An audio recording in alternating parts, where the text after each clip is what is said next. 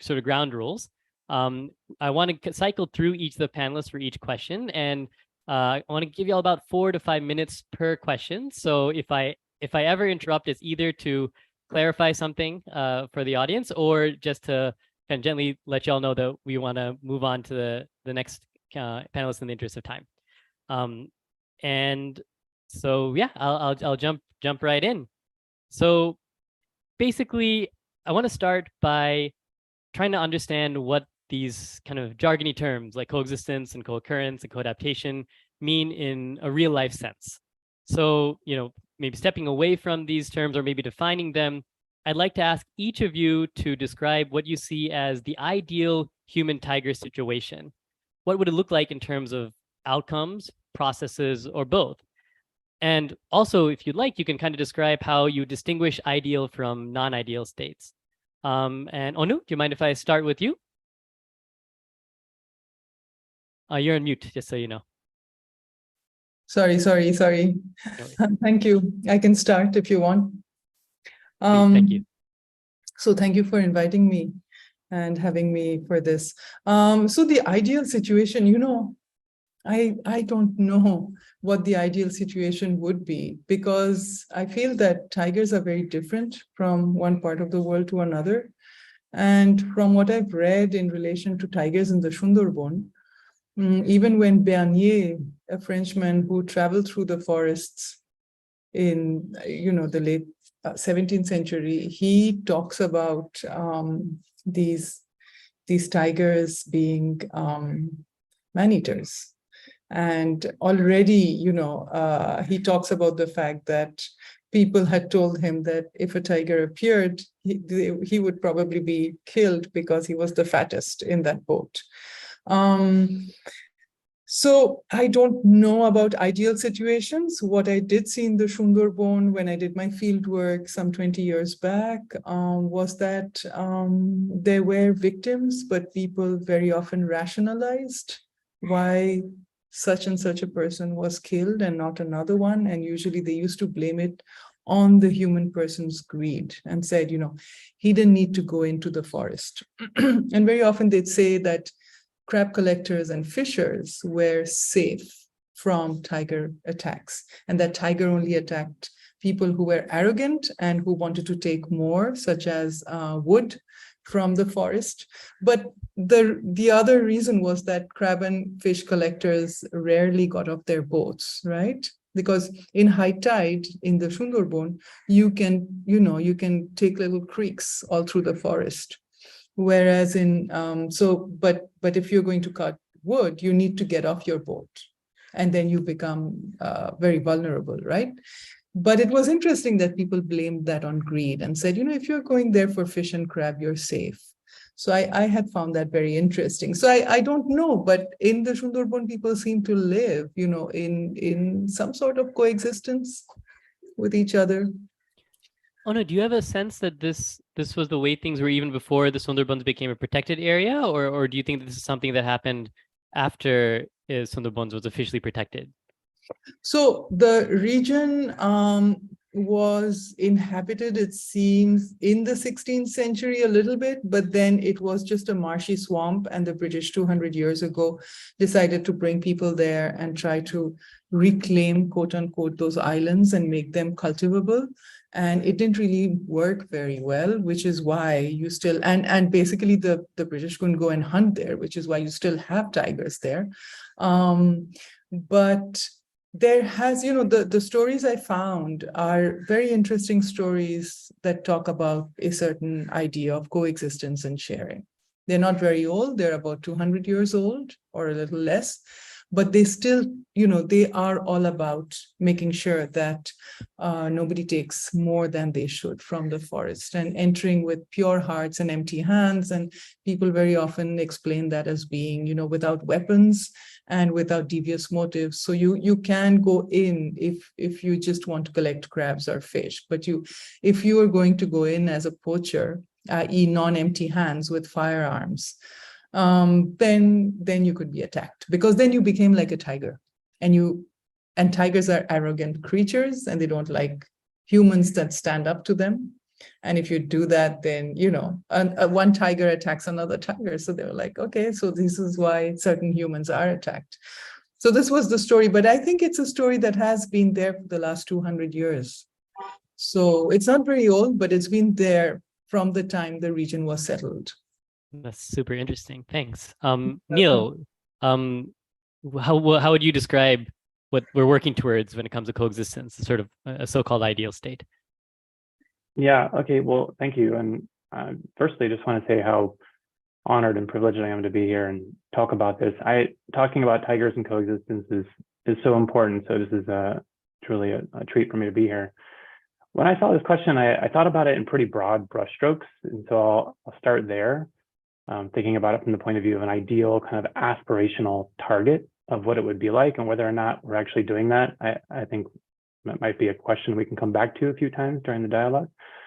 But when I think of coexistence, I can't help but think of it as being a two-way street here. I think of it as in terms of things that we're going to have to do as people and communities to adjust and living with tigers, but also providing opportunities and space and resources for tigers to thrive. So I thought of it in three broad outcomes and then a couple processes that can help achieve those outcomes. So the first is going back to this idea that truly tigers have to have sufficient space and the resources to have a self-sustaining population. I mean, I'm coming from the value proposition of a conservation ecologist. I want these animals to be here in the long-term future, and they have to have the resources in order to do that. So that's obviously going to be really important. And then the second important situation I think that would inform an ideal situation is that the risks from tigers, while never completely eliminated, I don't think, in any kind of real practical terms, can be tolerated by local communities. And what that means, I think, is another big open question, but it's important that the risks don't grow so great that it permanently erodes human support for tigers, or it prompts people to kill tigers in retaliation to the risks. And then a third kind of broad outcome, I think that's really the billion-dollar question, is having these practices and policies and institutions that are fit to the right context, they're protecting both people and tigers, and they're viewed as legitimate by local communities. So that has a lot of loaded aspects there. That are they fair? Are they equitable? Are they fitting the right kind of place and time? But I think that last part there is so absolutely crucial. This idea of having policies and authorities and management regimes that are viewed as fair and legitimate, I think is the kind of thing that makes a more resilient and perhaps ideal human-tiger situation. In terms of process, how do we get there? For me, I think it's about providing as many opportunities for people to respond and adjust to changes. So it may not be a perfect situation right now, but if people have the means to adapt, kind of colloquially, to changes and adjust to risks and provide opportunities for them to avoid impacts and risks, I think that's the kind of thing that's going to allow you to reach those positive outcomes. In other words, as an example, it's one thing to give people tools to non-lethally deter tigers, but I think we should be going way past that, giving them training and knowledge and how to properly implement those techniques, how to maintain them over time, relearning techniques that communities used in the past, or incentivizing communities to innovate new coexistence strategies, new tools. I mean, the idea here is that having a really deep pool of options, even more options that you might have to use right now, but having those available so that when you do have to use them, if the conditions are right, you can go to them. You can go to that and say, that used to work in the past, like livestock guarding dogs. People have forgotten how to use those for a long time, and now they've come back into vogue because the situation has changed, and now that's an option that's more amenable to the situation. And then helping tigers adapt to us. I think, that's things like restricting activities at night so that at the minimum in these shared spaces, tigers have a period that's disturbance-free, enhancing habitat connectivity. I hope we come back to that several times. I think that's going to be vital to give tigers the space to adjust and adapt to us and give them refuge. And then lastly, just to wrap it up, and a point I'm probably going to hit a few times, maybe annoyingly so, is what does it take to develop an ethic of coexistence? Something that kind of supersedes a lot of these technical aspects, something that says we prioritize having these animals on the landscape. It's a high priority. It's not an accident of spatial overlap. So there has to be a strong political will and effective policies to achieve those goals. No Thanks, big deal, easy. Yeah, just a few outcomes and processes there. Mahi, how do you feel about this? Do you think, how would you look at this ideal state question? What are we working towards when you talk about coexistence? I think the definition that Dr. Carter's seminal paper in 2016 provided for coexistence is one that most papers on coexistence use even till today. And it's a pretty comprehensive definition. And if one was to break it down simplistically, and again, just elaborating on what he just said right now, I would say the ideal state, I would envision it to have 4 broad pillars. The first would be having sustainable tiger populations, or whichever carnivore species that one is focusing on. And that refers to the population size itself, sufficient geographic range, and the population being able to persist over a time period. Second would be sustainable human endeavors in terms of ensuring economic prosperity for the communities that are coexisting with these carnivores, as well as them having feelings of safety and fulfillment while co-inhabiting these spaces. The third crucial pillar would be minimizing human-carnivore conflicts or interactions, which would include minimizing negative impacts on people, as well as minimizing impacts on carnivores as well, while at the same time having legislative systems in place to deal with incidents, whether it's having compensation policies in place and them being implemented effectively and efficiently. And I think the last point would, or the pillar as I was calling it, would be having minimal human-human conflicts as well, which would entail having positive attitudes towards other stakeholders as well. And I think, again, that goes back to the point of having more participatory approaches as a procedural way or a process to attain this ideal state of coexistence that we want to envision. So yeah, I think these would be my overall 4 points for that. Thanks, Mahi. Raghuji, how do you see this question? What is the ideal state that we're working towards when it comes to coexistence? First of all, I would say I come from a completely different generation from most of the panelists. So my baselines will be very different from you guys. So there may be a different perspective and different way I see the situation. So bear with me on this. And I am also, I think I'm the biologist one here, which has, we'll see this also slightly differently. So I see the coexistence, if we can, ideal situation, see the way leopard and tigers live together. There is a lot of interference, competition, a lot of aggression, but they manage to live and continue to live and sustainably and have the evolutionary process going all together. But for me, the coexistence is a journey. See, it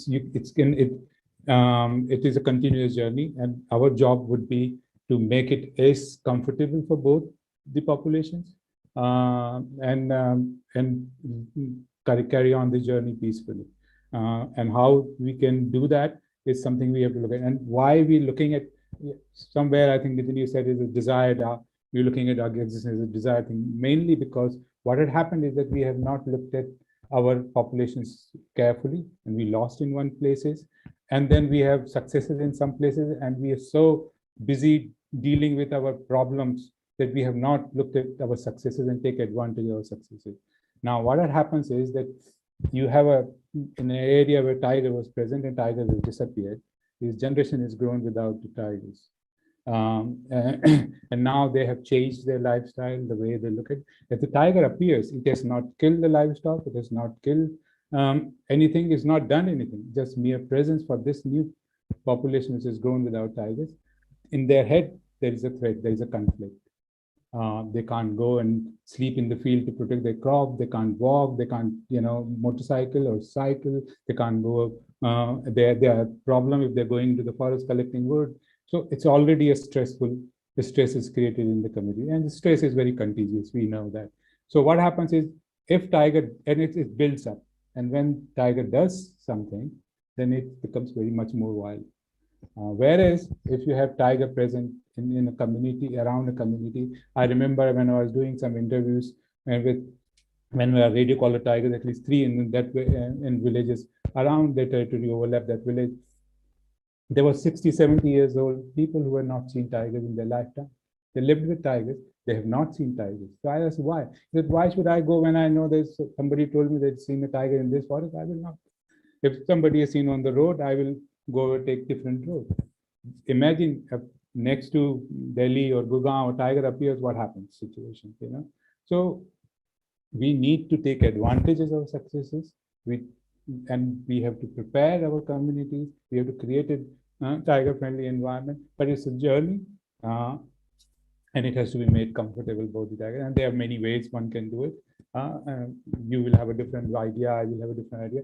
But in India, the problem is we don't have several conservation models. We have only one conservation model, which is exclusive, which is protected areas. It's done a good job, and that's why we are successful. But outside and to expand tiger conservation, which we have to go beyond the boundaries. That's where we have to work. That's where we have to create tiger-friendly environments.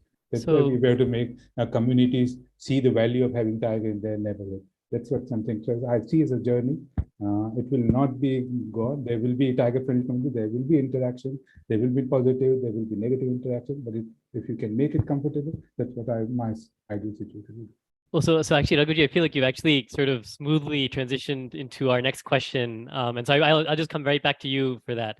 So because you mentioned that some places have been more successful than others when it comes to achieving something like a more ideal state when it comes to human-tiger coexistence. And one thing you just mentioned is that places that have had continuous presence might have done better than places that have lost tigers, and then tigers have come back after a long period.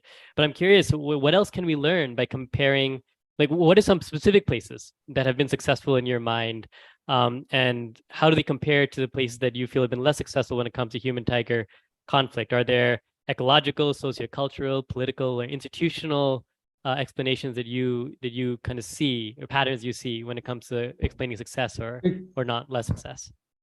Coexistence when both the populations are present and interacting. When the tiger is disappeared, then this human population is without tigers. And so it has now evolved what we call in science, there is a term called conservation amnesia. It's basically a syndrome of shifting baseline. So for the new generation, the tigers are gone; they're not there, and so they have no reason to behave as there was a tiger. Okay, now nothing has changed, ecology and nothing institutional or anything. Just that tigers have disappeared. Now you have a free environment to live differently. The lifestyle is different. Your tolerance limits are different. So if you want coexistence, the first thing is that you have to have both the population present. The tiger has to be there continuously. An occurrence once in a month or once in a year is not going to help you.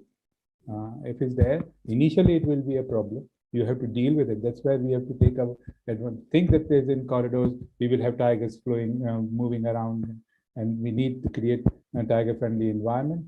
First thing is tiger has to be present.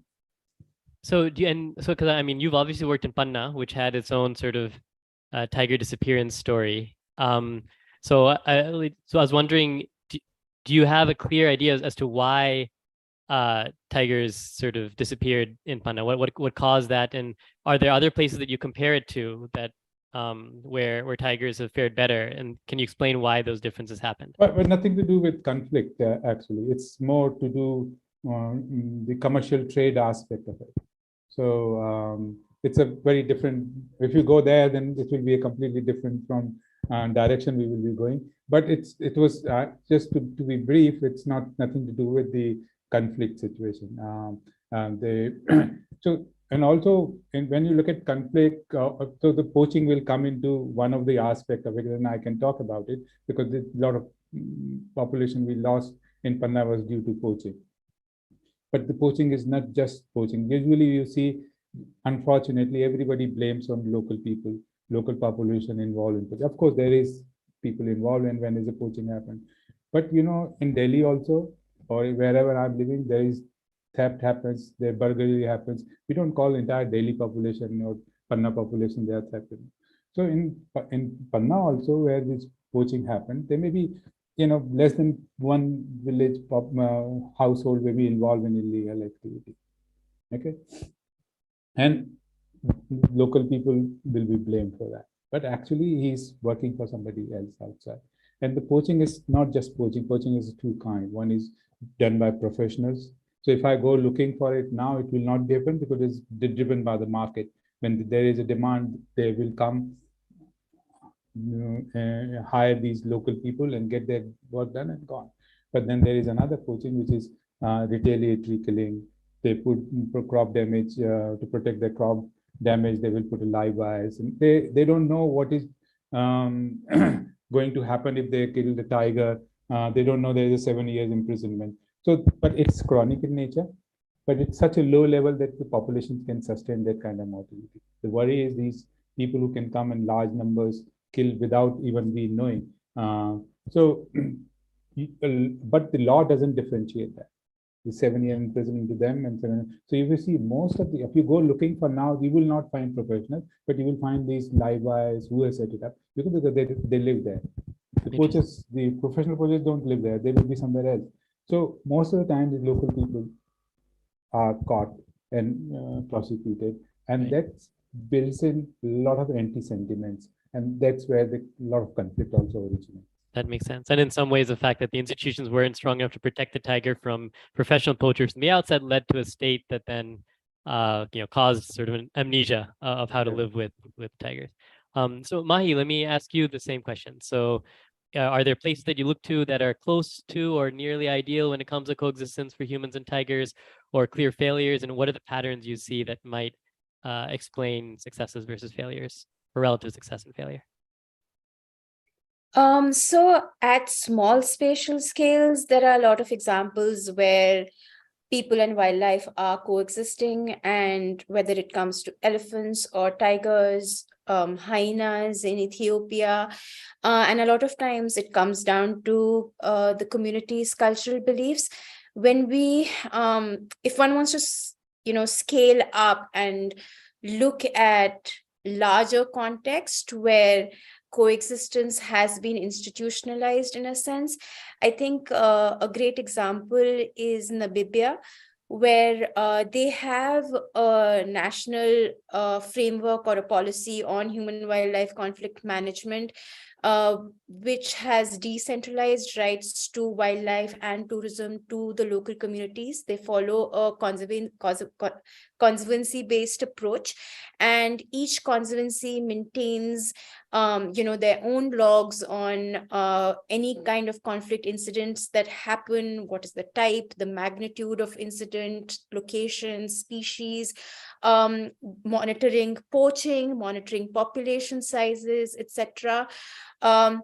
They also have a system of wildlife credits based on which, depending on how many sightings take place of different species like lions, rhinos, elephants, whether corridors are maintained or not, conservancies are, they get funds from a national wildlife credit fund in a sense, and it's up to the community to choose how they want to utilize those funds. So there are systems that have been institutionalized, which gives the local communities a larger stake and to value wildlife more in a sense. So I think Namibia, would be a good example to talk about when it comes to enabling coexistence between people and wildlife. And so Mahi, do you feel that do you feel that those things can be reproduced in the Indian context? I mean, obviously, Namibia has a very different population density. I may be mixing wires here, but if I remember correctly, there's also sort of, official hunting allowed in Namibia, right? Game hunting. Yes, exactly. So Yeah, so exactly. That's one of the things, one of the big sources of revenue for the conservancies is extractive use of wildlife, which is trophy hunting. And so they don't have a national compensation policy. There is a scheme in place where if losses due to wildlife conflict happen, then some funds are disbursed from a central fund, but otherwise the funds or revenues generated from tourism and from hunting are used to compensate for human wildlife conflict losses.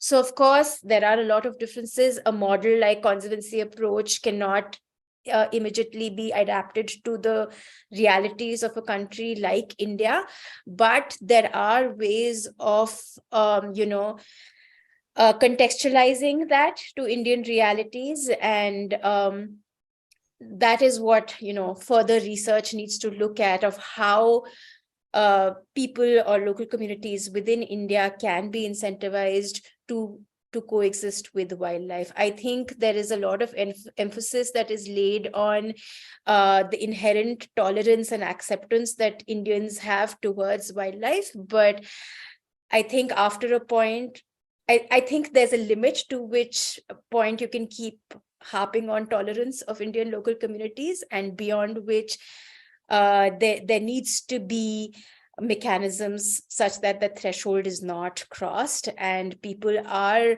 allowed to benefit from coexisting with wildlife as well. So yeah, I think definitely those aspects need to be looked at in the Indian context specifically. Gotcha. So you're kind of saying the decentralization should be kind of done in India, perhaps like it's being done in parts of Southern Africa, but the actual mechanisms might be a little bit different. Is that fair?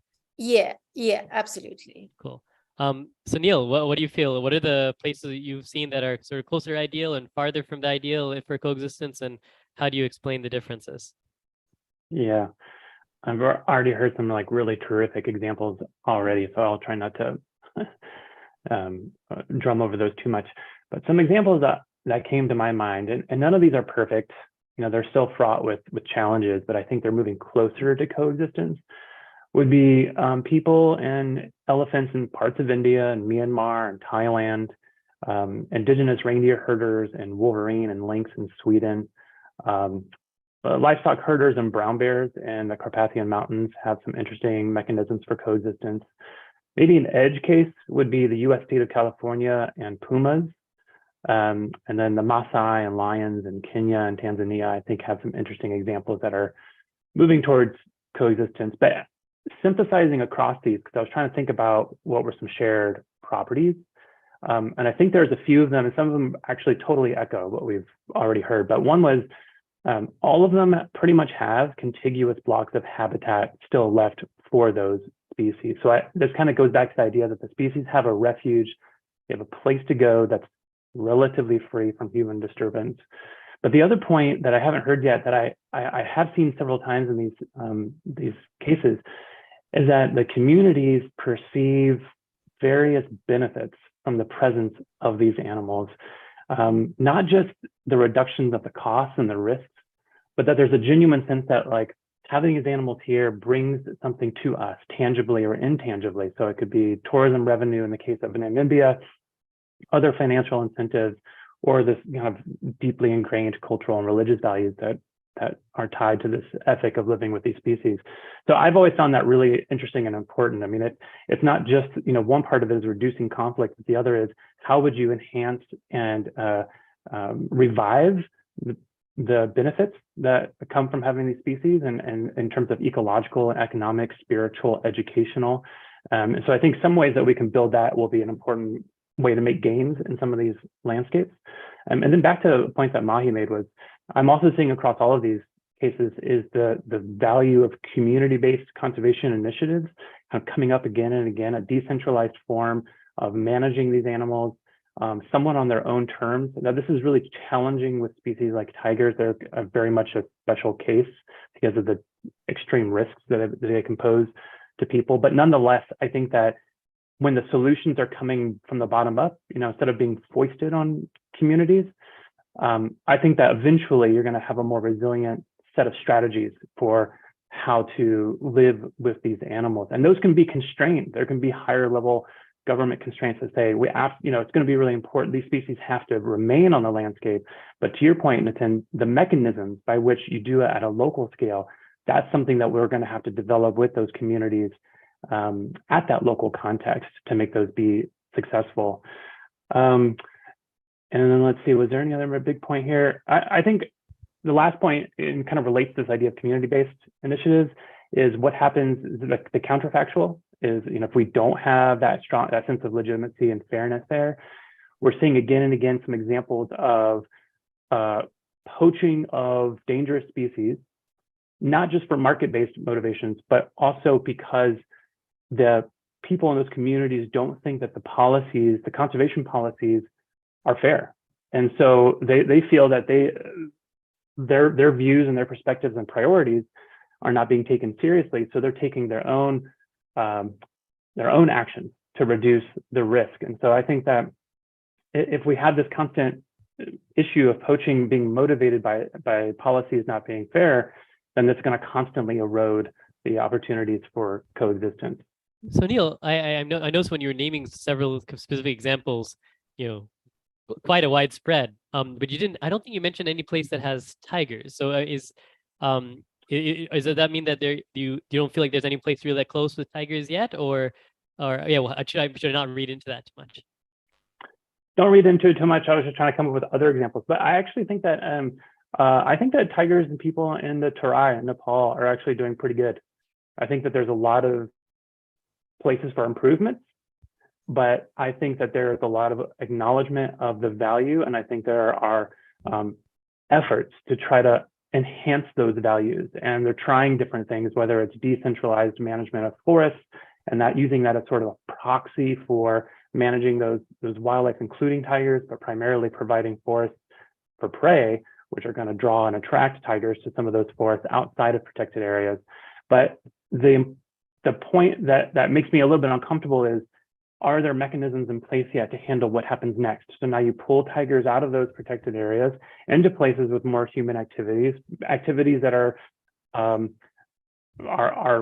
appropriate, are reasonable. People are doing things that they should be doing on a daily basis, and you're kind of forcing this contact. And so I'm hopeful that there's going to be this next order of like, okay, now let's take these interactions very seriously and figure out how to engage these local communities so that we can have this really long-term. And to Raghu's idea of the journey, I love that visualization, that image. Keep that journey going and thinking through the future of living with those animals there. So I think they're close. I think they're doing okay. Thanks, Neil. So, I mean, and you're an anthropologist, so you must, I think, you're trained to go deep. So I'm curious how you see this question of places that are doing better or not so well, and what patterns might explain that.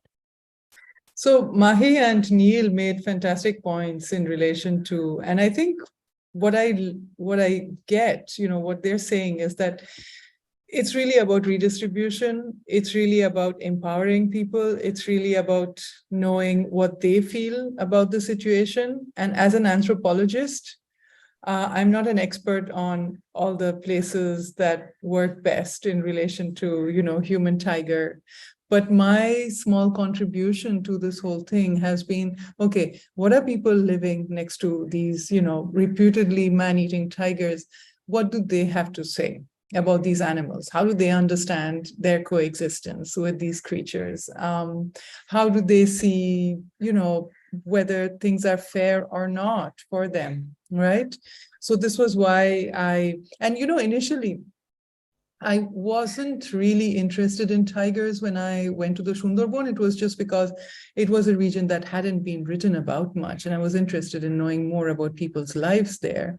And they kept telling me, you need to go to the forest.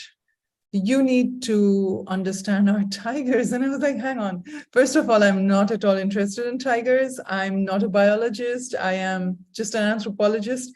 And they said, but how will you write about us if you don't know our tigers?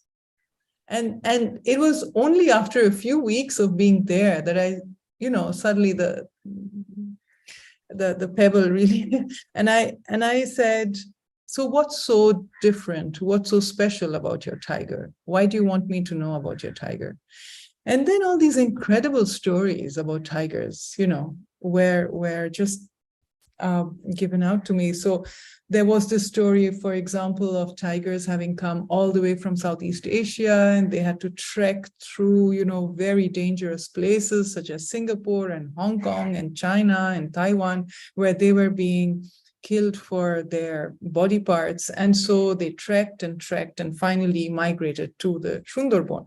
And in this godforsaken place where everything is so brackish, they were left alone. And so this was why when 200 years ago, humans were brought in to a part of that region, they understood what it meant to be migrants, and they allowed people to settle there. And so this has made everybody super cantankerous, because they're like, our poor tigers, their water is brackish, they have to, the whole forest is covered underwater twice a day when the tide is high, right? There are cyclones, everything is so harsh. You can understand that they'd be man-eaters and cantankerous and angry, but they're also complicitous animals. They're also compassionate. They allowed us to settle here because they know what it means to be a migrant. They know what it means to have, had a hard time in life. And so for me, I started looking at animals, at least tigers, in a very different way. And this is why I started calling them non-humans, because for me, an animal is something you control as a human, right? In this very binary Judeo-Christian understanding of the natural world, where it's very separate. And it's, and so when they were like, but, these animals don't need protection because they protect us, if they weren't there, there wouldn't be any mangrove forest. And that means that any cyclone coming from the Bay of Bengal would finish us off completely. So it's because the tigers are there, that the forest is there, that we are still surviving.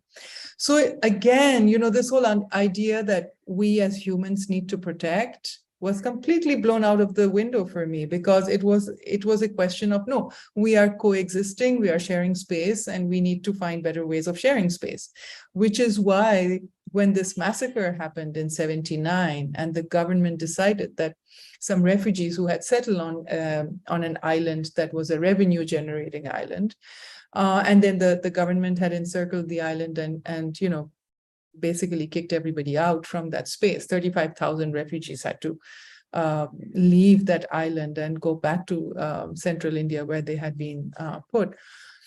They saw that as a betrayal of the government, of their very humanity. So they said that got into tigers' minds, and they thought they were first-class citizens because they were given precedence over us. And they kept talking about that time, saying it was after 79 the tigers started attacking us. It was after 79 the tigers became man-eaters, in this horrible way, because they didn't listen to charms anymore. Our tiger charmers couldn't control them anymore. We couldn't be in conversations with these animals because the state giving them the status of first-class animals had transformed their nature. And that for me was a very interesting story, again, talking about redistribution. How do we think of shared spaces? How do we think of, these people? And that's what one of the guys said when I said, I'm not interested in tigers. I've come to write about your history. And he said, aren't we just tiger food for you lot? And so, this is the kind of story I'm interested in. Because I think that once we know what local people think about a particular space and how they share it with wild animals, it can help policymakers a lot more than not knowing how they feel about sharing space. So yeah, this is where I come from. Sorry, I've gone. No. I think it's really interesting. I mean, both, I think multiple of you, but certainly you and Mahi in particular, talked about sort of the cultural sort of connection between people and wildlife, and that, to some degree, you're kind of describing that cultural connection as part of the ideal state, right? That it allows this sort of co-navigation of people and animals. But I work on elephants, which are, I guess per capita just as deadly as tigers, and I've certainly worried sometimes about to what degree as Mahi said, we're sort of taking advantage, well, she didn't say it this way, but we're sort of relying on culture, but then after a certain point, are we taking advantage of a certain level of political disempowerment? Because the rationalization seems to come to help explain the situation, but maybe they shouldn't be in a situation to begin with. That's a fantastic point, Nitin. I think that's exactly where you've hit, which is why I was talking about social justice and redistribution and how do we think of resource management. And, so in Namibia, perhaps local people are a lot more involved in these tourism things, but in the Sundarban, they aren't. And it's very sad to see that, before the pandemic hit, there were about 4 to 5 people killed per year by tigers in West Bengal. And during the pandemic, it was around an average of 19 to 20 people, because people had lost their jobs. So they went back, the migrants all went back to their villages, and then they had nothing to eat. So they went into the forest, and, 19, 20 people got killed in 2020, 2021. So, so I think that's where you've really hit what is important, So sorry, go ahead. I was going to kind of segue into the next question for you and just stick with you, Anu, for a second, which is basically then, what are the processes? Because I think the definition that Neil's put out there and that has, a pretty high level of consensus at this point talks about keeping risk within acceptable bounds, right? Mm-hmm. So I would love to know, first Anu, and then we'll go around, what, in your context that you're familiar with, what kind of processes are necessary to figure out what acceptable risk is? And how do we implement those? So this is what I was saying. So for people, really, risk is about trying to walk into the forest, which they think is, should not happen, or should happen very, very on a very reduced level. So what also surprised me, and they did that even 2 years back when one of my friends was killed, a guy my age. He basically had a small NGO job and went to the forest because his daughter was getting married. He wanted some more extra money, and he got killed by a tiger. And so people said he was greedy. He shouldn't have gone in, So this is what I feel, there is a self kind of restricting idea about not tempting tigers, not, trying to get overexcited about taking as much as one can, for example, trying to go and kill tigers, or taking wood from the forest and all of that. For them, that is, you're tempting the tiger. You may get killed, and if you get killed, well, it was your fault. And friends of his said that, like, it was very interesting for me to arrive at that village, and everybody said, Arjun died and it was his fault.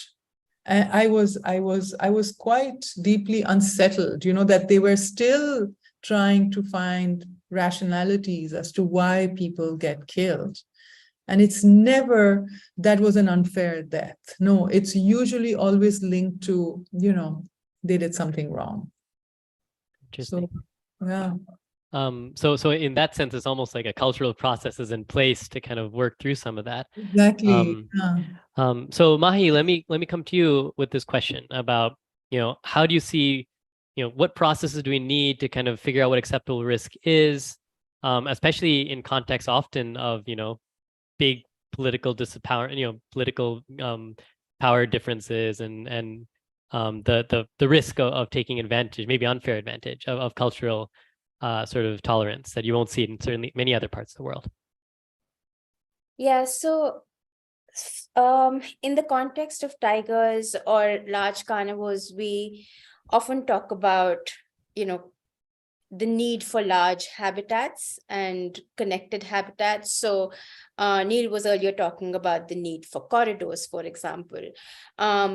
There are corridors that have been identified in India, but again, there's a lot of work that is required to secure these corridors, and even they are still human-dominated landscapes. So what are the processes that need to happen to improve the habitat conditions for large carnivores in these landscapes? That's the first question. The next thing is that coexistence in itself is a behavioral state or a behavioral intention when we're looking at human communities.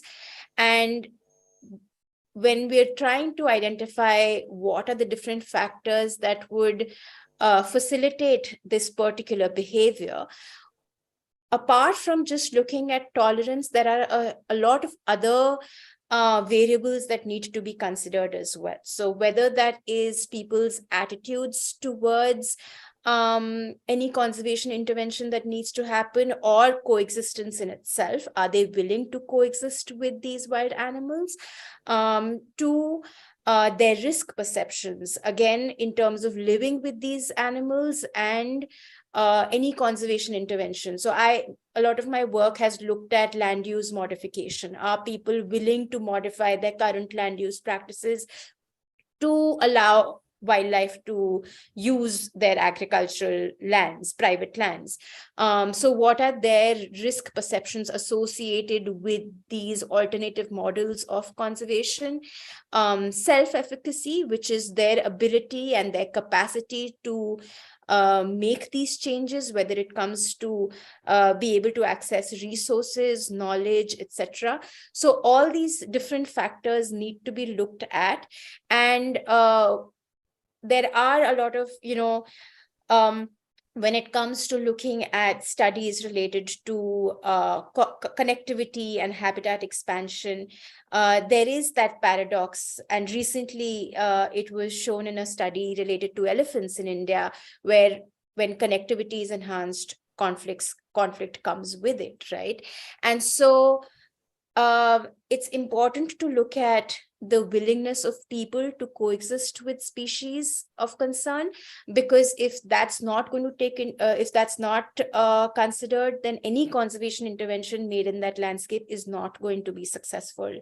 And when we are measuring that willingness to coexist with species, one of the things that needs to be measured in that process, and there are statistical and analytical ways of measuring that, what are those different thresholds, whether it's in terms of how many incidents or conflict incidents can take place, what should be the remedial measures that need to be put in place. All those variables can be accounted for when you're measuring people's willingness to coexist. So I think at that stage, when an area has been identified as a priority landscape to work in for tiger conservation, then in those areas, people's perceptions about these different things need to be taken into account. And these interventions would succeed only in those areas where the interests of stakeholders, such as conservation agencies and practitioners, overlap with that of the local communities. So yeah, I think just summarize my really long answer, it would basically be that those tolerable levels of risk need to come, those thresholds need to be provided by the local communities, rather than us deciding that, okay, in this area, 5 deaths a year is acceptable limit, as opposed to another area where it's 10. So those limits need to basically come from people, and there are ways of measuring these statistically as well. Gotcha. And just a quick clarifying question. So I've been working in elephant conservation just in this job for 5 years, and before that as well. And I've actually never gone through this exercise with the community to understand what their tolerable level of risk would be. And you're kind of talking about even places where you're hoping to improve tiger connectivity or some predator connectivity, carnivore connectivity. Have you gone through this process in a place before where you've kind of tried to figure out what the acceptable risk is for a community for coexisting with carnivores? So what we have measured is acceptable thresholds of population. What is the acceptable population size that people are willing to coexist with, but not directly measuring or asking them, how much livestock are you willing to lose per year, or within this particular region, how many, human injuries and incidents can happen. So that is something that I haven't measured, but there are tools to do that. Gosh, interesting. Thank you. So Raghu, let me come to you this question about process, about how to understand, what an acceptable risk is, and whether there's any, complications about that, especially given this, the socioeconomic differences that are often at play and political strength differences.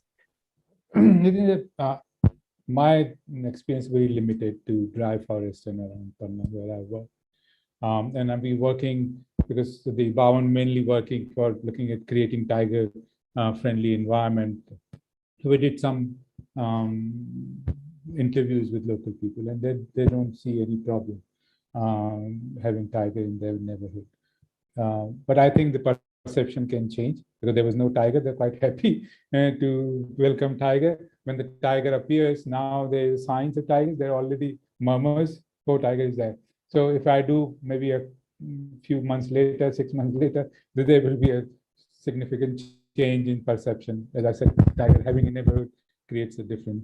So the perceptions can change, and it can be variable in different areas. Like in Panna, the cow, their largest livestock population is cows, and there is no value to it. And, if somebody wants to sell, there's no buyers, and you can buy it in $25 a cow, maybe 1,000, 2,000 in some. I remember when I was working with them, they were ready to give villages, when all entire village was ready to give me. They were paying me 500 rupees if I take their cows away, because there is no value to it, because the milk they give is less than 200 ml of one day, or maybe half a liter. So even feeding them or whatever they do, there's a lot of economic losses having cows in that area. The buffalo, yes. So when the buffalo goes, because it's a value, there is always somebody there. Even the goats, when they go into grazing, there is somebody there, because that's much larger value to it. So if tiger kills the cow, nobody will know for months. But the compensation, the moment they know it, so they will act that there is a conflict, so that there is compensation and things like that. So we were talking about value and incentives to the communities, and I think we did a work in 4 tiger reserves and how much money it generates the tourism for the area, and we come to and we estimate about 6.5 lakh per square kilometer. That's what is generated. It's a huge money. If you look at it, you can transfer that to the community, because if you look at where the conflict comes from, mainly from the economic losses that's been. If tiger brings in that more value to it, then it may be much better welcome than it's there. But the problem with the current tourism model is that we have dumped it in our conservation centers from Agra and Delhi. The same model we dumped it. You go to Agra, you select your hotel based on your budget and your choice, and you buy a permit, go and see Taj Mahal and come out. And same thing happens in Tiger Reserve. You select your hotel, you go and you come out, and there's nothing. Though, if you look at my balance sheet, 45% of it goes to the local economy. And the study which we done, which is generating in 4 tiger reserves in 2017, we generated 166 crores of rupees direct. Indirect, I'm not economists who can calculate indirect money turnover, but the direct benefit is 166 crores. So this is the contrast between your eco lodge and the big hotels that come from Agra and Delhi, right? That's what you're saying. No, I'm just saying that we dumped the same model. Even if even then, there is a 45% of it going to the local economy. Now, the problem with this model is that if my staff continue to remain the same problem as any normal village, he's going to collect, his family is going to collect firewood, is grazing in the forest, doing the same thing as the normal village, then that's that economic benefit of no use. So whatever incentive we do, in many ways, tourism is one way, or whatever we do, it has to link with the conservation action. If they're benefiting from tigers, or from that there is an cause and there is an action that they have to do something, or there's something as well. And when the tiger brings in a value like 6 lakhs of rupees per square kilometer, then definitely they will be willing to do it, because the rural economy, if you look at it, is agriculture, labor, and livestock. They're not doing very well. If you look at country maybe growing 6-7%, the rural economy is about 2-3% growth, and maybe in rural forest villages is even maybe in minus. Tiger bringing value like that will be very welcome. So if you look at Rantham, for example, there are 33 crore, 35 crores it generates from tourism just through fees, entry fees, that's 33 crores. And if you have 30 villages, 1 crore rupees for each village. And if you look at an average rural village, whole GDP of a village where around 2-3 villages I'm working is just around 1 crore rupees. So you can double the income by doing that. But the problem, Nitin, is that the perception of people is that if I have a tiger in my neighborhood, it will block my road, my hospital, my school. So there is a political reaction to it, and politicians take advantage of that. So we have to change. Interesting. So, Neil, let me come to you with the same sort of question about process, about trying to figure out how to. I mean, I think Raghu in particular really focused especially on the economic sort of risks and losses that come with living with tigers. I think especially because in his context, that seems to be one of the more salient ones. But what kind of processes do you think are necessary to understand, sort of acceptable risk when it comes to even human life, or the risk to human life, and how do you conceptualize coming up with an idea of what acceptable risk is in that context?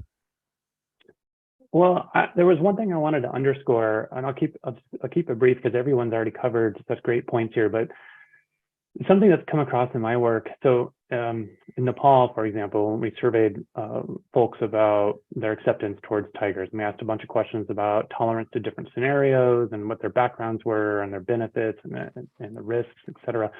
One of the factors that was the strongest influence on acceptance was whether or not people felt that the risks from tigers were unavoidable, inescapable. There was nothing they could do.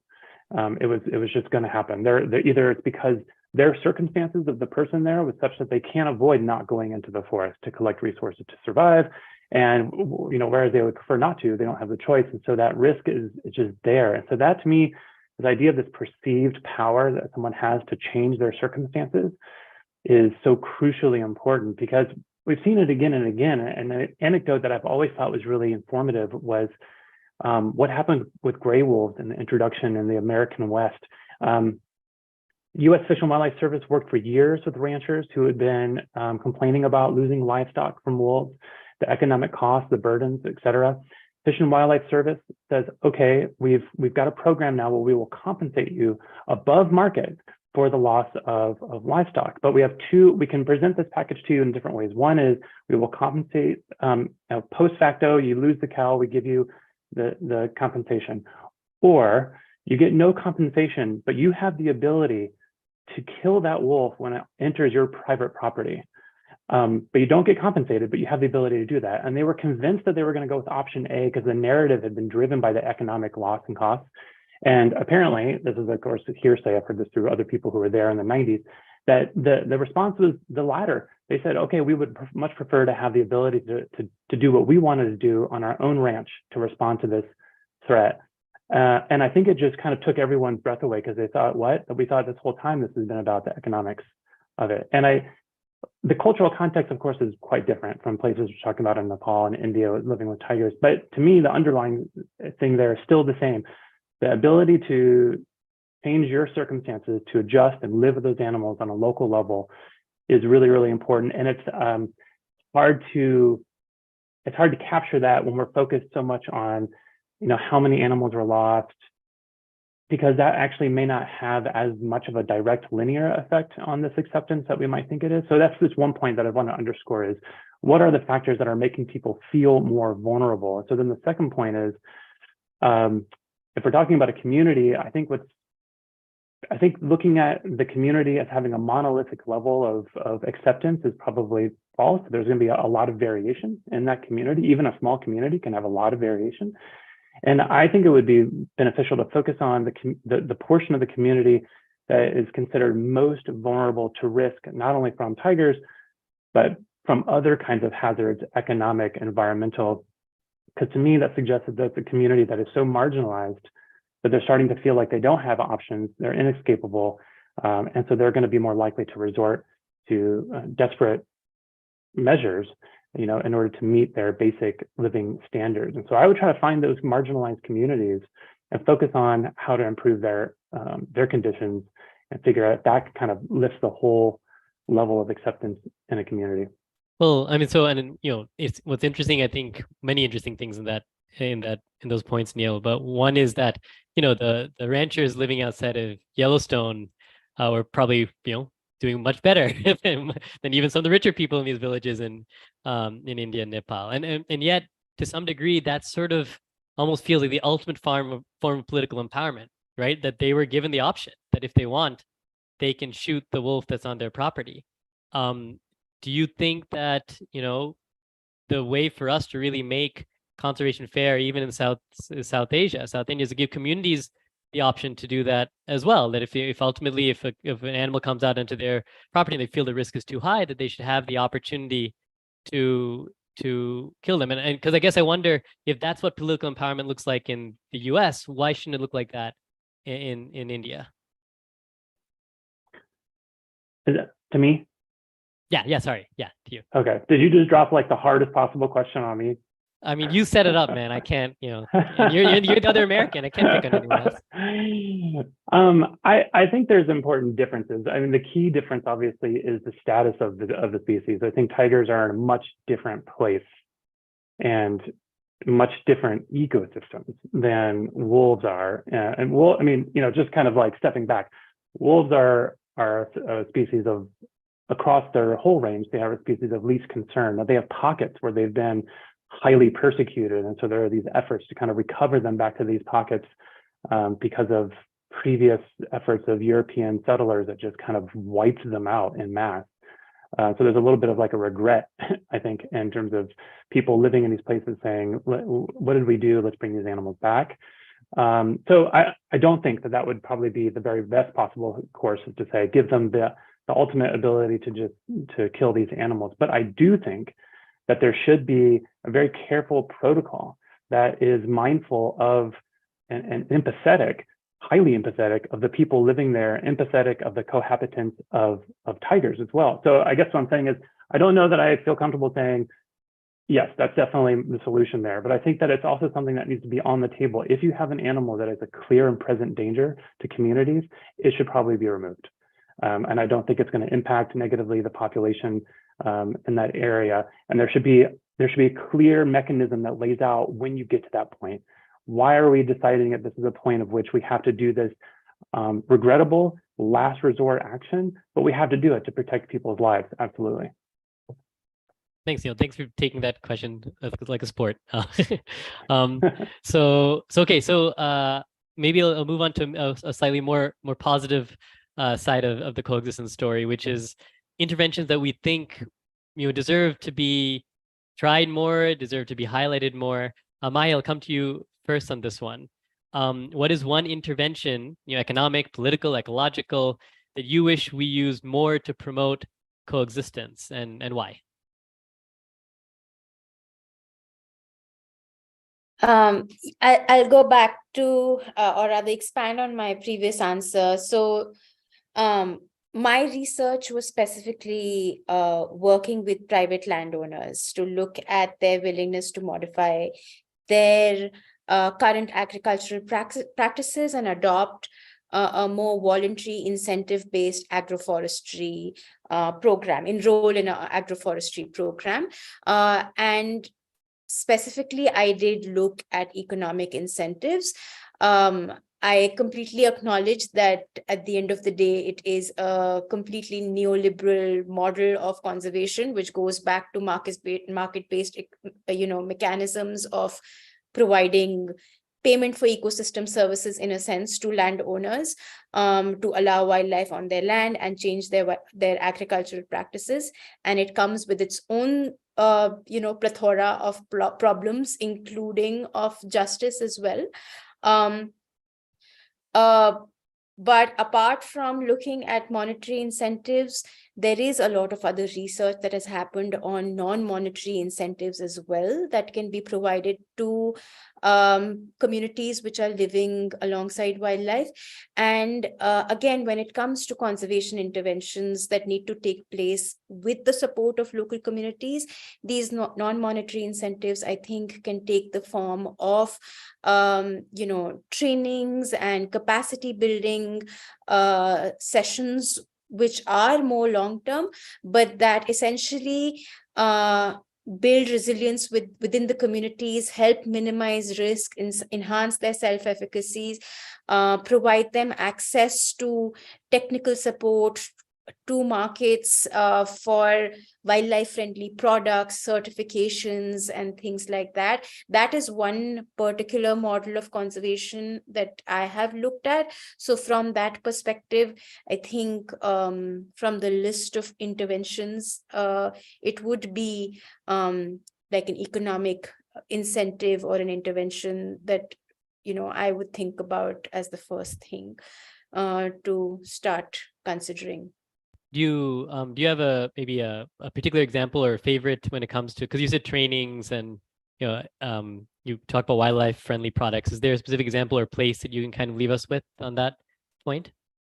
So like in the context of I worked in the buffer area of Pench Tiger Reserve in Madhya Pradesh, and when we were speaking to people about agroforestry, there were a lot of concerns about, one is, what is the definition of agroforestry?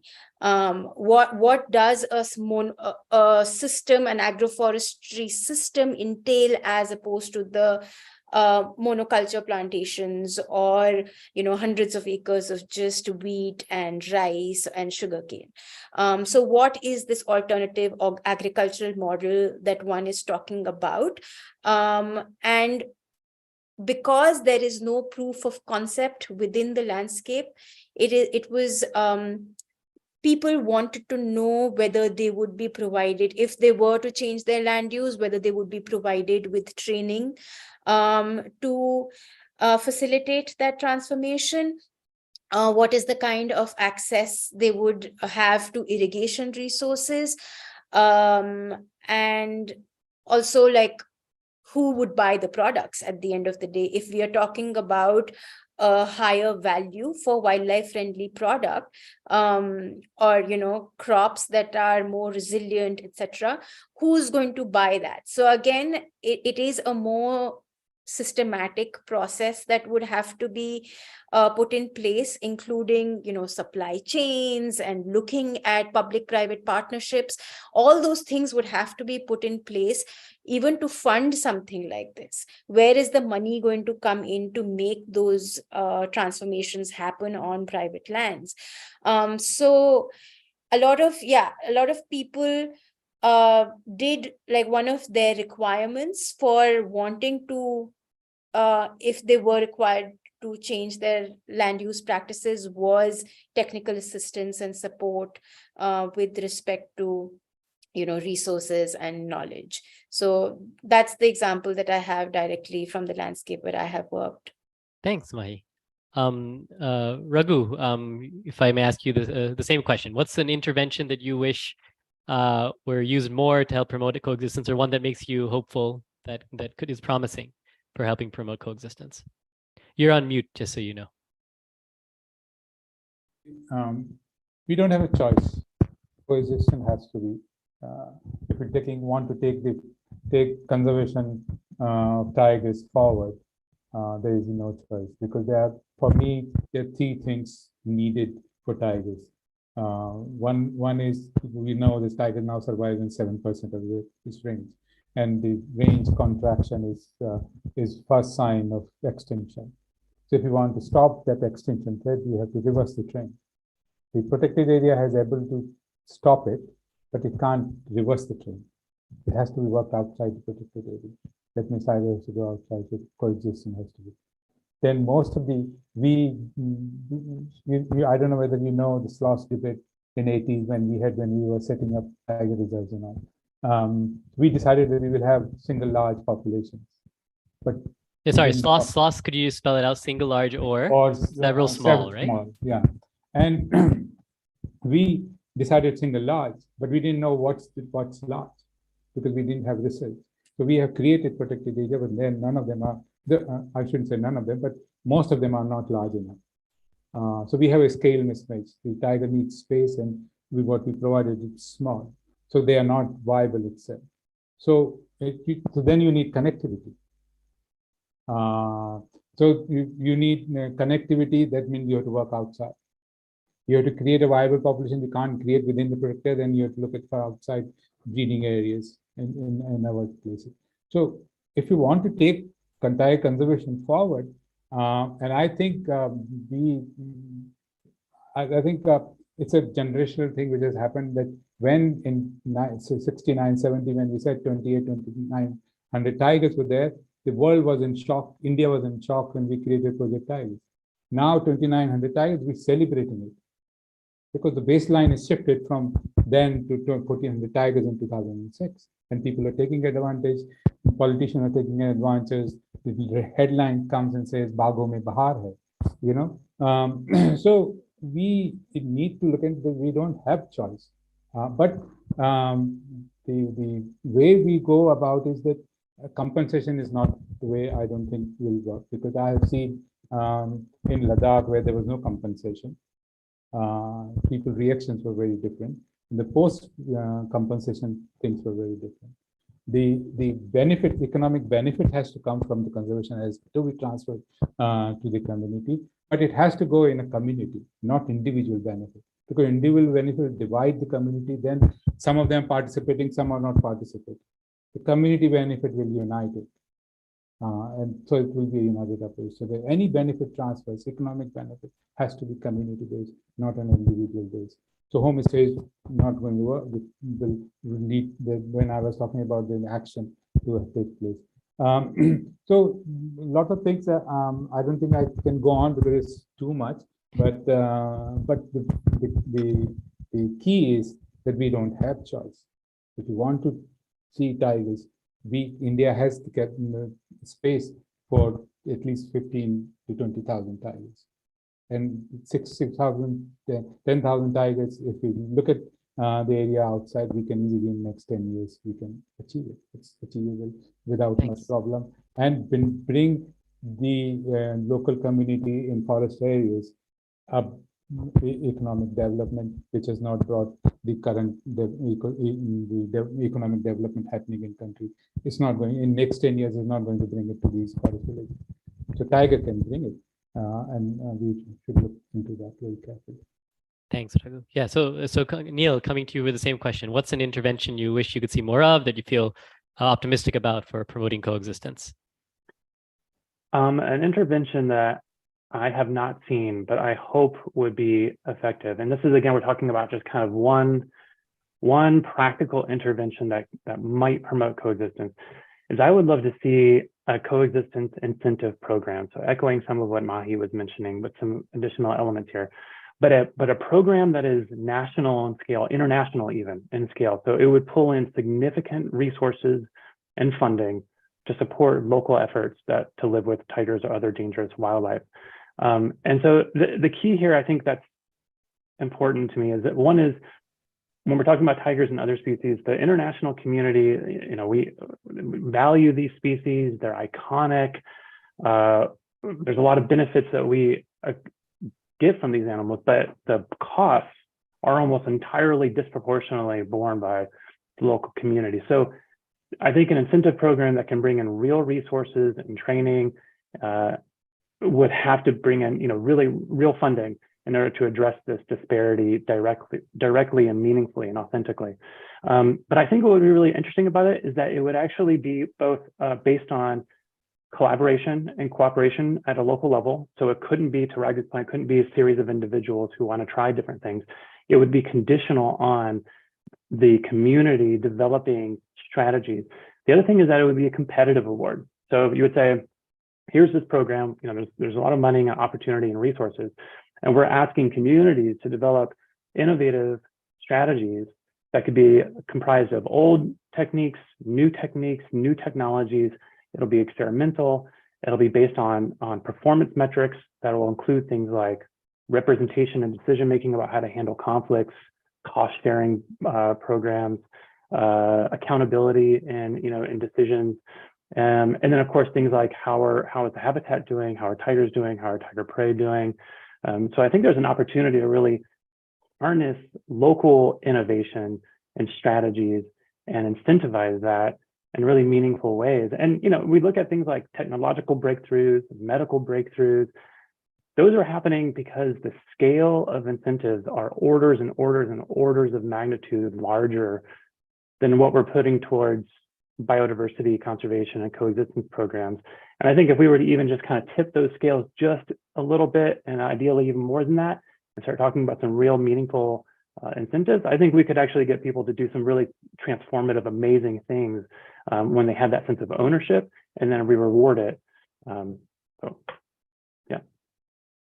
Cool. Thanks, Neil. And just to be clear, I know you're kind of talking about something that's sort of, you said at the outset you're not sure you've really seen this tried anywhere, but is there any place kind of approaching this in some way, or do you have a specific example in mind? The best example that I have on that is something that happened in forests in the Northwest of the United States. In the 90s, there was a huge multi-use problem. Timber extraction was unsustainable. There was the listing of this of an owl species that was highly endangered that kind of restricted a lot of activities, and it created a just huge, contentious, polarizing debates among different stakeholders about how to manage forests. Through all of that, local communities were collaborating together to come up with strategies to sustainably manage those forests, kind of separate from all of the big drama and debate happening at a national level.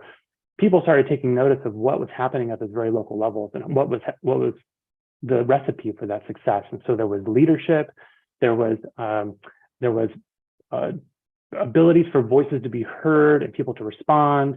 And so basically those leaders went to the national level and argued for the federal government to put millions of dollars into a program that would competitively award those communities that are doing it well and succeeding. And ultimately what happened is that the lessons from individual places, so a place in Oregon, for example, they're doing a really good job. Those lessons would be shared to other communities who would confronting the same challenges. I think that could be a really exciting part of a program like this. So one part, you're having people that have figured it out more or less and how to live with these animals. Oftentimes other places just don't have the ability to, they're not going to hear about that. They're not going to hear about those lessons and insights. And so this program would facilitate that. It would have either some kind of response team that would go there in those places and synthesize what's working, go to other landscapes, discuss it with local leaders and say, these are things that you can try, and we can bring an incentive program to you to help support that and try that. Thanks, Neil. Onu, same question. What's an intervention that you wish would use more to help facilitate coexistence, or that's promising in your mind? I think any intervention based on what local people suggest, I think that is the best intervention one can think of. Really be listening to what people on the ground have to say. And not, so the intervention is the process of listening to people itself, I guess, then. I think so, because what works somewhere may not work very well. And India, I feel, has devised, if you look at how people have coexisted with elephants, with tigers, with all kinds of wild animals, you see that they have come up with their own ways of coexisting, right? And so it is very sad that we try and impose when actually we should be listening and trying to say, okay, this is what you've said, how can we help things improve? In the Sundarbans, Onu, have you seen, is there any situation where an NGO or the government has come and listened to local communities and the communities have steered them in a direction that helps facilitate coexistence?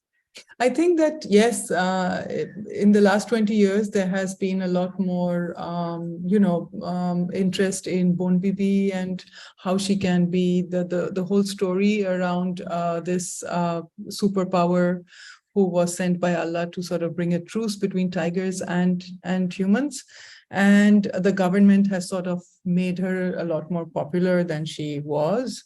So these are ways in which I think there has been, and people have been asking for more bridges, for more better roads, for dispensaries and clinics and schools, and these have been happening. So I think I wish there were more cooperative societies and other little ways in which people could make money without having to go to the forest. So really, instead of focusing on having more guards, the government should be, offering more job opportunities to people, which would, not, which would basically give them alternatives to going there. So in the Sundarban, it could work out easily. Yeah. Great, excellent, thanks, Sonu. Welcome. I should look to the organizers. I think I'm supposed to shift towards Q&A at this point. Is that correct? Nathan, you can do another quick round of questions if you want. We have a couple of questions coming in, but you have maybe 8 or 10 minutes. Sure. Yeah. I'll do one more question that I'm very curious to hear y'all's answers on. So this has to do with with so-called stray tigers, right? So I think in almost any model that we're talking about, at some point or the other, tigers in a well-protected space are likely to outstrip their resources as a population, and some individuals will then go searching, far and wide for territory and resources. Maybe not just beyond the protected area, but even beyond sort of the areas around the protected area. So I'm curious, how does one identify such so-called surplus tigers, and what do you think should be done with them? And Neil, I guess I'll come to you first as one of the biologists. How do you identify? Do you agree with the concept of surplus tiger? How would you identify one, and what should be done with them? Are you asking South Asian me? context. Oh, I was going to Neil first, but then Okay. Raghu, yeah, I'll do both of biologists first. Yeah. Well, I don't know that I've never heard of the term surplus tigers. Mhm. I think that there's there's either enough habitat for them or there isn't. But I think that to identify them, seeing them outside routinely of the natural forested areas would suggest to me that they're being pushed out by other territorial breeding animals and are having to resort to these marginal habitats, if you'd even call them habitats. So you'd see them routinely on camera traps. Villagers would see them routinely in areas looking for non-wild prey. Things like that would be extremely concerning to me. To me, I think what are the prevailing conditions that I would want to understand are there available forest cover and prey outside the protected areas? Because if so, then we have a foundation that can be restored. Something that we can start to say, let's get those habitats restored. Let's build connectivity so that the ability for animals to avoid those human occupied areas and human disturbance are available to them. If that doesn't exist, you're just kind of confronted with this hard boundary, then I think you need to think about a whole suite of tools about reducing interactions, being serious about things like fences, being serious about things like over crossed bridges, undercrosses, things like that can allow tigers to avoid vehicle collisions. And then again, going back to what I said earlier about having a step-by-step mechanism, a protocol for dealing with conflictual animals. What are we going to do when they come out, and have a rapid response team that could be there to help steer the situation in a way that doesn't escalate. But I think a serious conversation has to be had about a place like you're saying here, where you just have this hard boundary between a forested area with a lot of tigers that are reaching some sort of high capacity. And so these young non-territorial animals are looking for territories, and they're going to just continually be running into these border forests. Thanks, Neil. Raghu, do you have anything to add to that? How do we identify the extra or spare tigers, and what are we supposed to do with them? These are better words than surplus and stray. For a biologist, it really agitate us.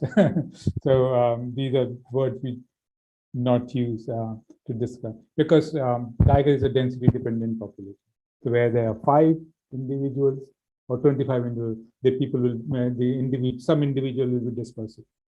Even there is a space, there will be tigers will be going out. So there is no surplus in that in a way. And there is no stray. And these are things happening mainly, I think, within an incompetent management system we have. Because now there is a perception, look at the headlines, which is coming up that India don't have a space. India has achieved its target of doubling the number, which it has not, but it's saying that we have done it. And because they have to build projects in tiger habitat, linear projects is going to come up. And these are all political positioning that's happening. So these terms actually helps this political positioning for other development activities, which are negative for not only for tigers but host of so nature. It's so the problem is these things happening mainly because we have failed to plan for our successes, how to take advantage of our successes. And that's why we think because if I am looking for tiger conservation, I want tigers to move outside. That's why we have not fenced it. We want tigers to move outside, tigers to use those spaces. They're not straying. We want them to have. Otherwise, we can have fenced population in places. Very easy in conservation model. So we want them so they are not stray. They are not surplus individuals. But because we have not planned for those stray and or we call surplus individuals, then you see them as surplus and stray individuals, and you want to treat them like that. But if you looking at these are the potential animals, individuals that we can take advantage of, and make now maybe we have 10,000 tigers and bring billions of crores of rupees to the local community.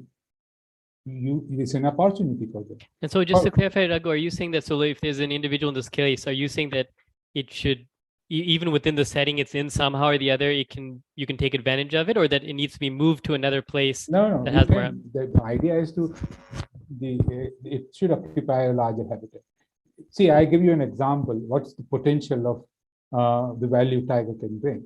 In Scotland, through nature tourism, it generates 4.6 billion pounds every year without having tigers, elephants, lions, or any of these iconic species.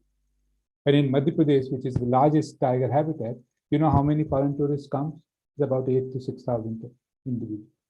And I'm talking about foreign tourists because they bring per capita a lot more money to it. So a tiger moving out of tiger reserve, there's a huge potential for the local people. But we have not done anything. We're not planned it. We see as a threat. We see as a problem. We want to catch them and put them back into zoo or somewhere else. Right. Yeah. Thanks, Raghu. So yeah. So that I understand that point better now. Just in the interest of time, I'll. So Onu, I know. I mean, the Sundarbans is a place where there's, in some cases, been quite a bit of success with tiger conservation, if I understand, and tigers do move out of the sort of the Sundarbans habitat. If I've understood my colleagues in tiger conservation correctly, how do you kind of think of those individuals? Is there what kind of interventions you think are needed when tigers leave the areas they're supposed to be in? You're on mute, Onu. Sorry.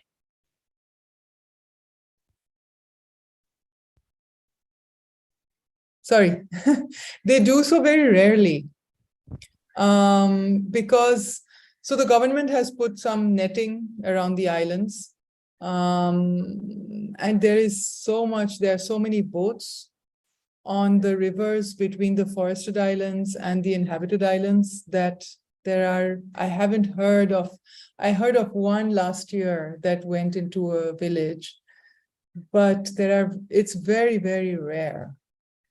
And usually it goes because it's heard a goat or a cow giving birth, so it wants to just eat and go back.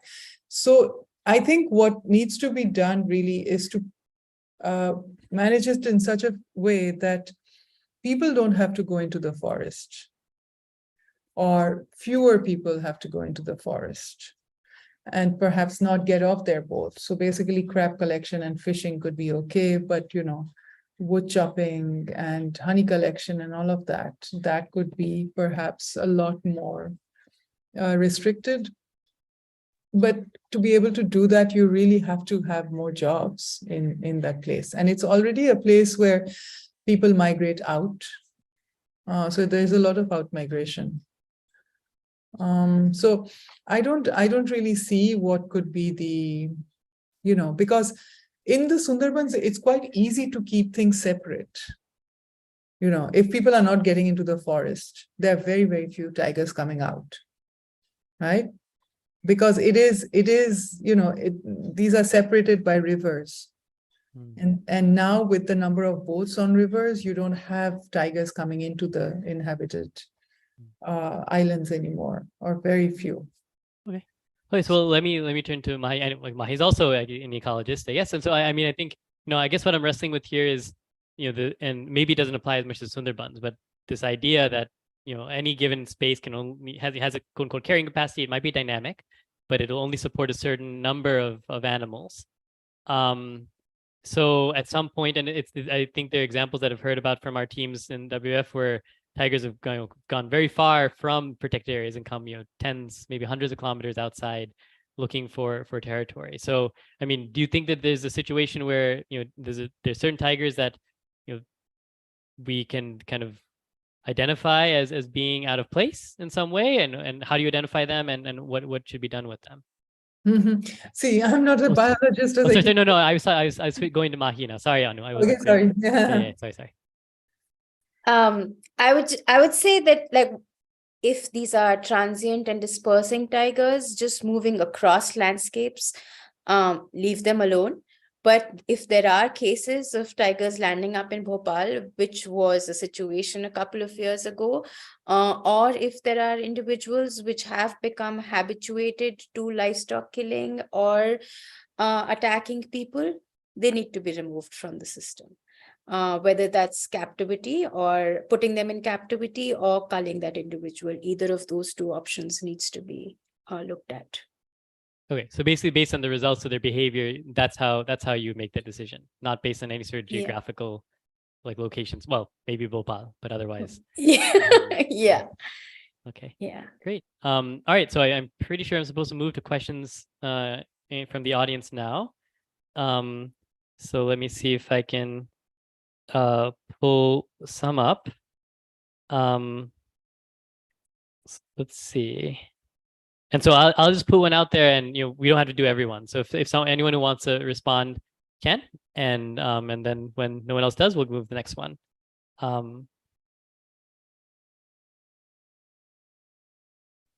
So it says, if we need policy and budgetary support from the government to promote healthy and peaceful coexistence, does it make sense to draw the boundaries, meaning we should have no-go and coexistence zones?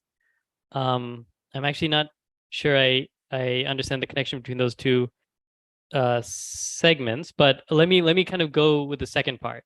Do y'all feel that there's a meaningful way by which we can kind of say, okay, there are definitely places where tigers should not be, and definitely places where tigers should be allowed, and what would that process look like?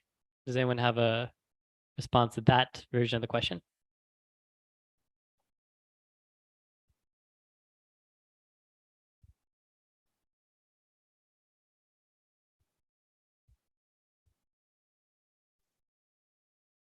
I'm just wondering if the no-go zones means no-go zones for tigers or no-go zones for people, because that would just mean the inviolate protected areas that already exist. That's a good point. I interpret it as for tigers, but I think they're probably talking about for people. You're right. So okay, so let me rephrase the question. So I mean, does it make sense? Okay, let's talk about inviolate zones. So does it make sense then to have inviolate zones, given that, I think I get it now, the funds for conservation are coming from the general public and we're all investing in conservation? Does it make sense to have no-go zones, or should we allow coexistence zones to be the default, or maybe the sole way in which we do conservation in India? I mean, I don't think there needs to be that binary of no-go zones and coexistence zones. protected areas in India have proven to be a successful conservation model to a certain extent, and they have secured tiger populations as well as those that of many other species as well. That is a land sparing approach. The idea is now to expand that to a different model of land sharing and co-inhabiting spaces with wildlife as well.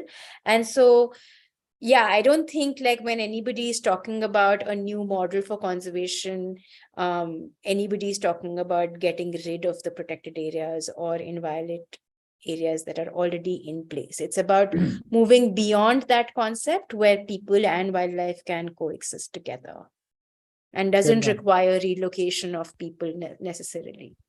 Thanks. Go, please, Raghu. Please go ahead. No, I was just thinking that when the tiger is gone absent, the generation which I was talking with grown up without tigers. Now we can't go back to that community and say, go back to the old times, because this is a new generation.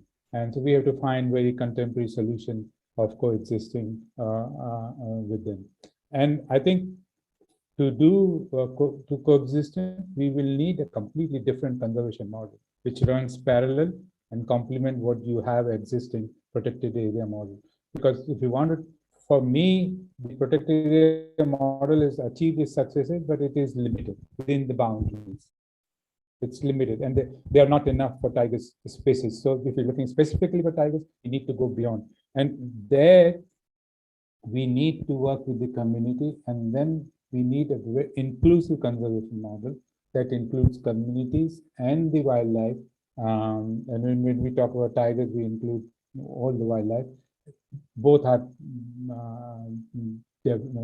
benefited from that conservation model, but it runs in parallel and complement the existing model. But we need a completely different approach, because the protected area model, the philosophy is the tiger needs space, we provided the space. Outside the area, the thing is that forests, the philosophy for me would be that these forests need tigers because it brings value to the local people. And so it has to be an inclusive model where the community benefits. Thanks, Raghu. I'm sort of inclined actually to go to the next question unless Neil or Anu want to add to that. Okay. Yeah. So the next question. Sorry. What's that, Anu? No, I'm sorry. Next question would be. Yeah, you got it. Yeah. So this is from Dr. Shadad Lele. He says, is it possible that from a period when tiger existence was really under threat, we are now entering a period, at least around several PAs, where we have to worry about people's lives more than tigers' lives? And for example, he talks about Chandrapur district in Maharashtra, where the number of human deaths due to tigers has gone from 5 in 2016 to 26 in 2020, and a similar number in 2021. And if I might just add to that, to some degree, what we were talking about before was a sort of more reactive model, that if tigers do something to livestock or people, individual tigers, then those individual tigers should be dealt with. But is there a situation here where there's just a background number of human deaths that's higher that would justify a different management approach to managing tiger human interactions? Anu or Neil, I'll give you all first bite on that one.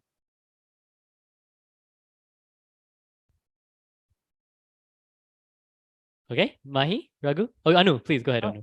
No, sorry. Please, Mahi, go ahead. Mahi or Raghu?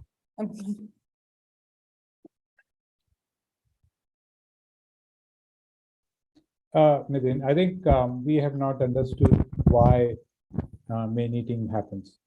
And as what little I know about tigers, I find that I cannot talk about tigers everywhere because they are very individualistic, like you and me are. And so generalizing every tiger that I know tigers and I can talk about, it's expanding, it's stretching too far. So what I know about dry forest, but we had meetings, really serious issue in Dudhwa in the 80s. In Sundarbans, it was a massive in 80s and 90s, and now it's happening. Why Dudhwa, it disappeared now almost. Why it has reduced in Sundarbans and it's coming back again, and why it's happening. We have to learn quite a lot about this before we can make any judgment about it. Anyone else have a response to that question? Thanks, Raghu. The only thing I would add is echoing something that Raghu said earlier, which was better planning for conservation success. You know, in many ways, these are outcomes that are predictable. The things have gone well. Tigers are recovering.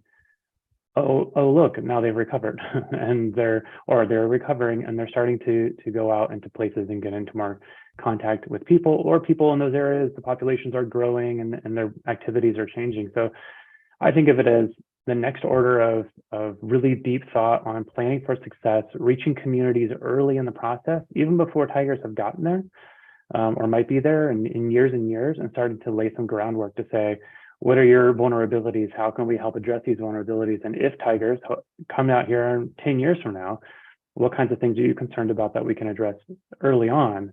I think that would be a really interesting approach.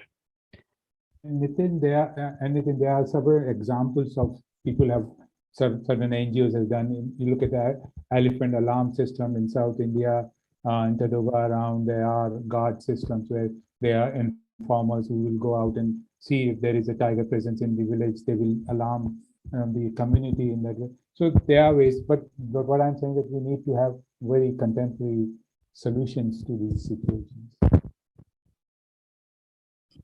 Gotcha. And well, so I know Anush, I think, has to leave just now, so we're sorry to lose you, Anu, but thank you so much for being here.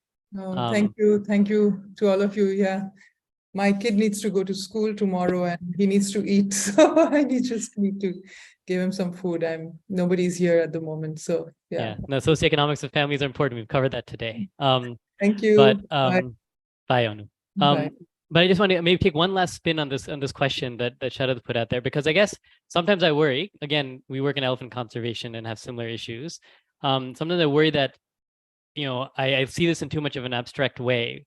So for instance, if it were my teenager who was out, you know, just kind of hanging out at the edge of the farm in the forest, and they were to be killed by a tiger, you know, would I, what would, if that was your situation, what would you want then from the government, or, you know, if the powers that be, and how might that, do you think that would be, that you feel different about it than you do in your situation right now? Because we're all very far from the forest boundary, so to speak. Or do you think that kind of the ways you're approaching it ultimately are just the, you know, the best that can be done, and the appropriate way to think about these issues?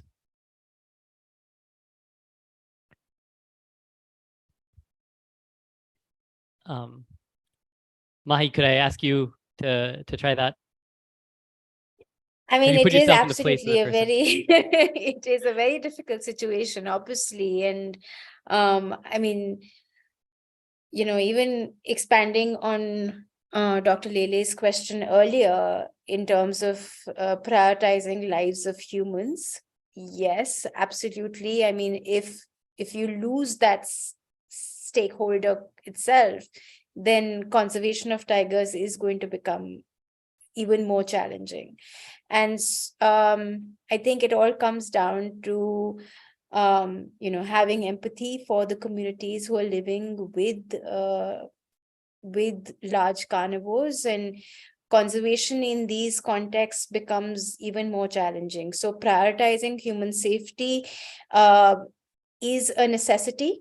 And I think one, yes, you did say that it removal of, you know, the problem individual, the man-eater, that's a reactive response. But there is research that has taken place on using predictive risk models to identify areas which are hotspots for such kind of incidents to take place. And if such kind of you know, research is expanded to larger areas, identify what are the kind of drivers of such conflicts, what are the areas where at small spatial scales where such incidents are happening more and more frequently, you can narrow down interventions to those specific locations and see what's going on.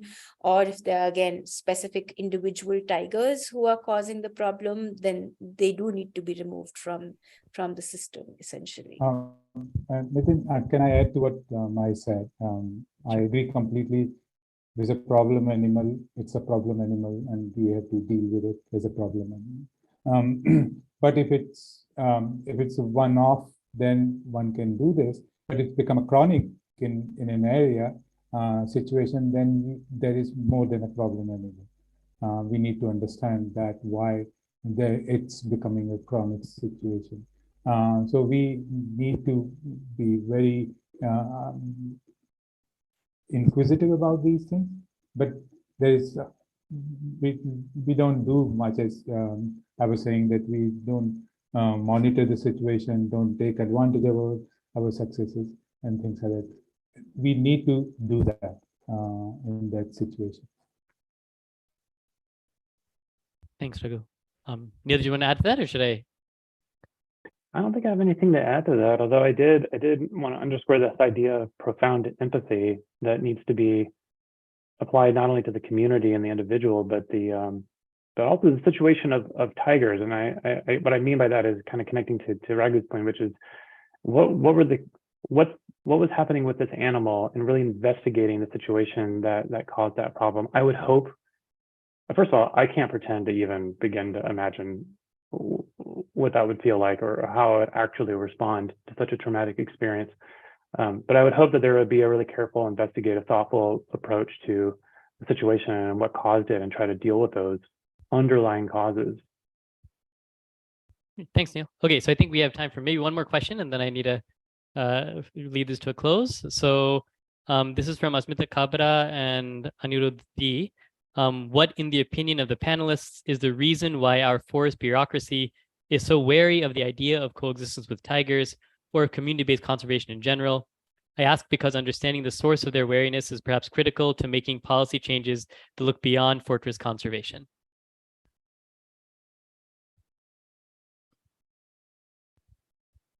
I would say it's the fear of losing control. And that comes down to not just, wariness to coexisting with tigers, but also, like, for example, supporting FRA. And so I think the wariness comes that's the Forest Rights Act, for anyone who doesn't. Yes. And so I think it's just the fear of losing control and their turf, in a sense. And it is, I think, a very valid concern also, because when, I was working with local communities around Pench, and we were talking about changing land use patterns and things like that, a very valid concern that people had was that if we reforest or restore our land and there is wildlife on our land, it's going to be illegally acquired by the forest department, or they would start interfering with what we are doing on our land, just because there might be animals passing through. And so there is that distrust that also exists between communities and the forest department. And this goes back to the first question that we started with: what is that ideal state of coexistence that we envision? And the concept of human-human conflicts that I had brought up. And so a very, pertinent issue that exists in this scenario is, the power dynamics that play out between the forest department and local communities in India. Thanks, Mahi. Raghu, I think you were also starting to speak at the same time.